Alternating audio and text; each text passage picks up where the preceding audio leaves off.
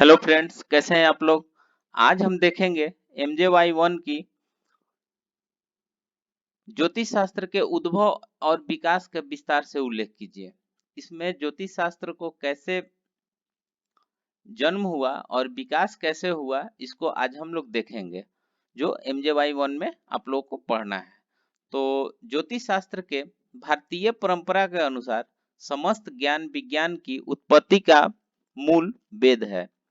अतः ज्योतिष शास्त्र की उत्पत्ति का मूल भी वेद ही है। ज्योतिष शास्त्र वैदिक कालीन ऋषि महर्षियों की सहस्त्रों वर्षों तक की गई तपस्या, अंतर्दृष्टि व गहन शोध का परिणाम है। भारतीय विद्याओं में इसका अद्वितीय स्थान है। ब्रह्मांड के सभी घटक प्रत्यक्ष या परोक्ष रूप से एक दूसरे को प्रभावित करते हैं। इन ग्रह नक्षत्रों का मानव जीवन पर प्रभाव पड़ता है। अपने पूर्व जन्मार्जित कर्मों को भोगने के लिए जन्म के समय आत्मा उसी प्रकार से ब्रह्मांडीय स्थिति का चयन करती है। भारतीय ज्योतिष में वर्णित काल गणना व गणित शास्त्र के सिद्धांत संपूर्ण विश्व में स्वीकार किए गए हैं। जैसे वर्ष में सटीक दिनों की संख्या, एक वर्ष में 12 मास का होना, सप्ताह में 7 दिन होना, सप्ताह के दिनों का क्रम रवि, सोम, मंगल, बुध, गुरु, शुक्र, शनि, होरा, एक दिन में 24 होरा का होना, वृत्त में 360 अंश होना, शून्य की का गणना में प्रयोग, दशमलव पद्धति इत्यादि भारतीय ज्योतिष शास्त्र की ही विश्व को देन है। संसार भर में गणित, ज्योतिष विज्ञान आदि की आज जो उन्नति पाई जाती है, उसका मूल कारण वर्तमान अंक क्रम है, जिसमें 1 से 9 तक अंक और शून्य, इन 10 चिन्हों से अंक विद्या का सारा काम चल रहा है। यह क्रम भारतवासियों ने ही निकाला और इसे सारे संसार ने अपनाया। विश्व में सबसे बड़े ज्ञान के केंद्र भारत में हुआ करते थे, जिनमें नालंदा, तक्षशिला, विक्रमशिला, बल्लभी इत्यादि नगर प्रमुख थे। भारत के अनेक आचार्यगण ईसवी सन की 4वीं और 5वीं सदी में ग्रीस गए। समस्त विश्व में भारत से जो अनगिनत अजस्र अनुदान प्राप्त किए, उनमें ज्योतिष का स्थान अद्वितीय है। भारतीय वंगमय के प्राचीनतम ग्रंथों में आई ज्योति विज्ञान की शब्दावली भी यही प्रमाणित करती है कि इसकी जन्म की स्थली भारत ही है। ऋग्वेद संहिता में चक्र शब्द आया, जो राशि का द्योतक है। मंत्र में 12 सार शब्द 12 राशियों का बोधक है। इसके अलावा ऋग्वेद के अन्य स्थलों एवं शतपथ ब्राह्मण आदि ग्रंथों के अध्ययन से ज्ञात होता है कि लगभग 28,000 वर्ष पहले भारतीयों ने खगोल और ज्योतिष शास्त्र का मंथन किया था। वे आकाश में चमकते हुए नक्षत्र पुंज, आकाश गंगा, निहारिका आदि के नाम, रूप, रंग, आकृति आदि से पूर्णतः परिचित थे। ज्योतिष का विकास भारतीय परंपरा में अपरूप से वेदा सिद्धांत प्रचलित है। ऋग्वेद विश्व का सबसे प्राचीनतम ग्रंथ है। वेदों में खगोल, भूगोल, कृषि कर्म, राजधर्म आदि विभिन्न विषयों का प्रतिपादन है। आधुनिक घटिका यंत्र के निर्माण से पूर्व प्राचीन काल में ऋषि मुनि आकाशीय ग्रहों, उपग्रहों, नक्षत्रों के आधार पर काल ज्ञान करते थे। ज्योतिष शास्त्र के विकास का काल वर्गीकरण अन्य किसी प्राचीन शास्त्र या किसी ज्योतिष शास्त्रीय ऐतिहासिक में प्राप्त नहीं होता है, किंतु आदि काल से विद्यमान ज्योतिष के विकास का काल वर्गीकरण नेमिचंद्र शास्त्री की पुस्तक भारतीय ज्योतिष में प्राप्त होता है। ज्योतिष शास्त्र का विकास का काल वर्गीकरण इस प्रकार से है। अंधकार काल ईस्वी पूर्व 1 2 3 4 5 6 पूर्व का समय। उदय काल ईस्वी 1001 से ईस्वी पूर्व 500 तक का समय। आदि काल ईस्वी पूर्व 501 से 500 तक का समय। पूर्व मध्यकाल 501 से 1000 तक का समय।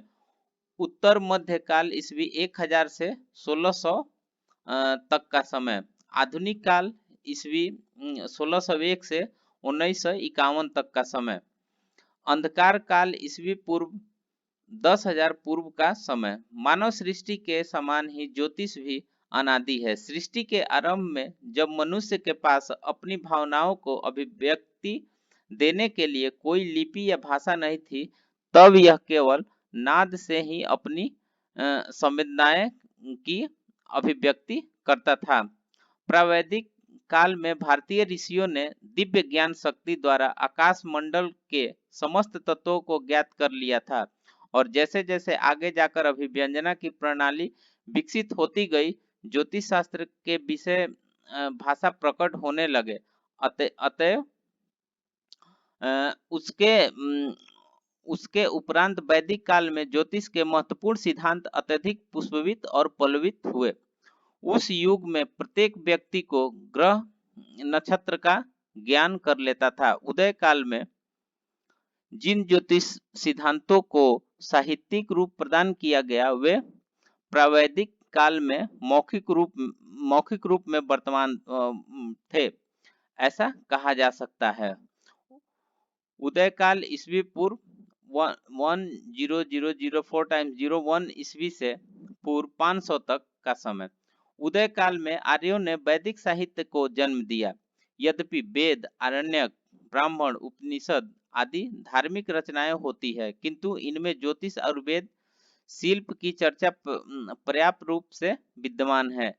इस काल के साहित्य में मास, ऋतु, अयन, वर्ष, युग, ग्रहण, ग्रह कक्षा, नक्षत्र दिन, रात का मान और उसकी हानि, वृद्धि आदि विषयों पर ज्योतिषीय दृष्टि से विचार होने लगा था। वेदों की अपेक्षा शतपथ ब्राह्मण, बृहदारण्यक, तैत्तिरीय ब्राह्मण, ऐतरेय ब्राह्मण आदि ग्रंथों में ज्योतिष की चर्चा विकसित रूप में है।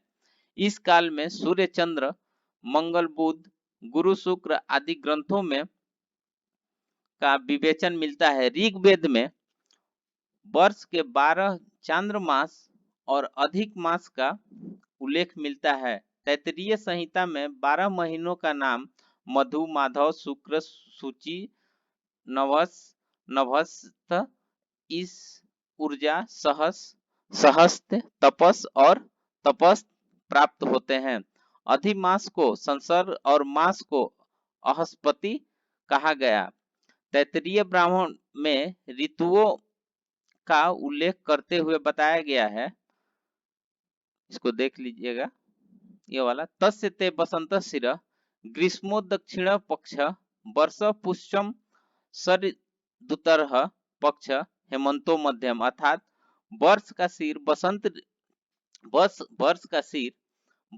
दक्षिण पंख ग्रीष्म, वाम षडक्ष शरद पुंछ वर्षा और हेमंत मध्य भाग है।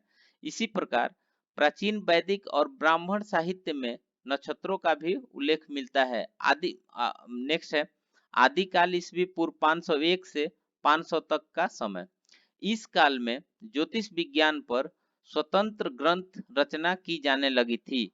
इस युग में शिक्षा कल्प, व्याकरण, निरुक्त ज्योतिष और छंद में 6 भेद वेदांग के रूप में प्रकट हो गए थे। इस काल में ज्योतिष के प्रवर्तक 18 आचार्य हुए, जिन्होंने अपनी दिव्य ज्ञान से इस शास्त्र का निर्माण किया। तो ये आप लोग देख लीजिएगा श्लोक जो है। और इस काल में महात्मा लगध ने वेदांग ज्योतिष की रचना कर ज्योतिष में ऋग्वेद, यजुर्वेद और अथर्ववेद ज्योतिष ये 3 ग्रंथ माने जाते हैं। प्रथम ऋग्वेद ज्योतिष में 36 कारिकाएं हैं। यजुर्वेद में 48 कारिकाएं हैं, जिनमें 36 कारिकाएं तो ऋग्वेद ज्योतिष की ही हैं और 13 नई आई हैं। अथर्व ज्योतिष में 162 श्लोक है।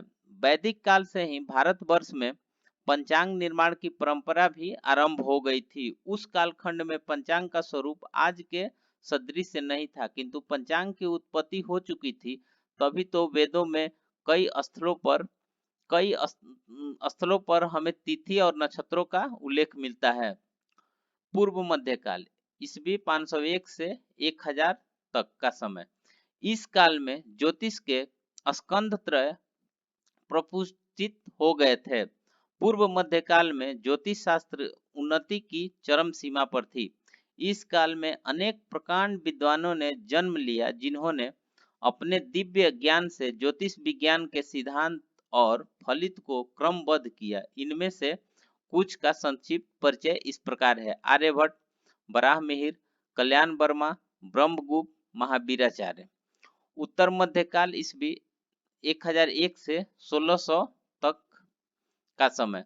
उत्तर मध्यकाल में ज्योतिष शास्त्र के साहित्य का अत्यधिक विकास हुआ। मौलिक ग्रंथों में अतिरिक्त आलोचनात्मक ज्योतिष के अनेक ग्रंथ लिखे गए। इस युग में ज्योतिष शास्त्र के साहित्य का बहुत ही विकास हुआ। इस काल के ग्रंथ और ग्रंथकारों का संक्षिप्त परिचय इस प्रकार है। भास्कराचार्य, मल्लिशेर, मकरंद, केशव, महेंद्र सूरी, ढूंढीराज, दुर्गदेव।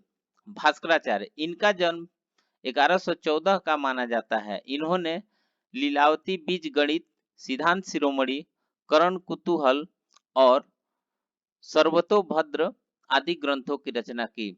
मल्लिशेर, इनका जन्म 1043 माना गया है।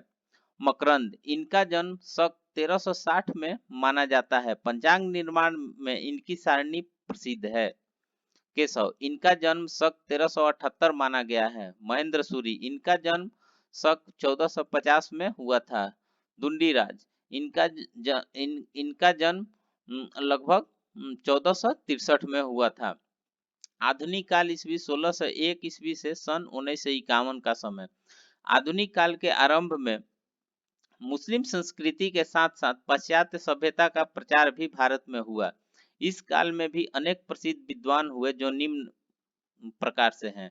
मुनीश्वर, महिमोदय, मेघ विजयगति, बापूदेव शास्त्री, सामंत चंद्रशेखर, नीलांबर शर्मा। इसके अतिरिक्त ज्योतिर्विद हुए जो इस काल की ऊंचाई पर ले गए। इस प्रकार हमने देखा और इसको समराइज करके इसको लिखा। नहीं तो इतने लंबे क्वेश्चन हो जाएंगे कि इसको आप लोगों को संभव नहीं होगा लिखना। तो इसको समराइज करके लिखा है, जिससे आपको ज्यादा सहूलियत हो जाएगी इसको पढ़ने में। इसको आप लोग कॉपी कर लीजिएगा टोटल। तो इस प्रकार ज्योतिष शास्त्र का उद्भव और जन्म और इसका विकास का उल्लेख हमारे MJY1 के चैप्टर से मिलता है। तो फिर मिलते हैं नेक्स्ट वीडियो में। तब तक से हमारे चैनल को लाइक, सब्सक्राइब और शेयर कीजिए, और फिर मिलते हैं नए वीडियो में। तब तक के लिए धन्यवाद।